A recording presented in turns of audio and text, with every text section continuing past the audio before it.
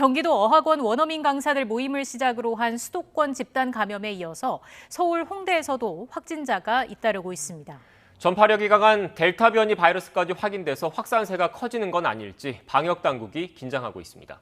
취재기자 연결합니다. 황보혜경 기자. 네, 서울 동교동 거리에 나와 있습니다.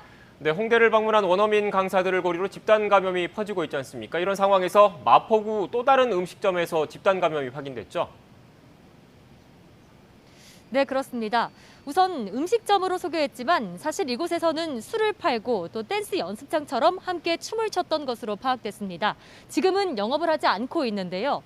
이곳에서는 지난달 28일 손님이 처음 확진된 뒤 지금까지 최소 21명이 감염됐습니다. 마포구청은 이 업소가 지하 1층에 위치해 있어 환기가 제대로 이뤄지지 않아 감염이 확산했을 것으로 보고 있습니다. 이곳은 무도장이나 음식점, 유흥업소 등 어느 업종으로도 등록돼 있지 않은데요. 마포구는 무허가 유흥업소로 보고 경찰에 고발 조치했습니다. 이 업소는 최근 경기도 어학원 원어민 강사들이 다녀간 술집에서 700m 정도 떨어져 있는데요. 해당 원어민 강사들이 이곳을 다녀가지는 않은 것으로 파악됐습니다. 방역당국은 이 업소가 앞서 집단 감염이 발생한 마포구 또 다른 술집들과 관련이 있는지 파악에 들어갔습니다. 경기도 어학원 원어민 강사발 집단 감염은 현재 수도권 감염 확산의 뇌관이 되고 있는데요. 현재까지 관련 확진자가 240명을 넘었습니다. 조사 과정에서 방역수칙 위반 사실도 드러났는데요. 출입 명부 관리가 제대로 안 됐고 방문한 이용객 중에서는 5인 이상 사적 모임 금지를 어긴 사례도 확인됐습니다. 다만 원어민 강사 6명은 한꺼번에 모이지는 않았던 것으로 확인됐습니다. 네, 앞서 경기도 어학원발 집단 감염에서는 델타 변이 바이러스가 나오기도 했는데 역시나 자세히 전해주시죠.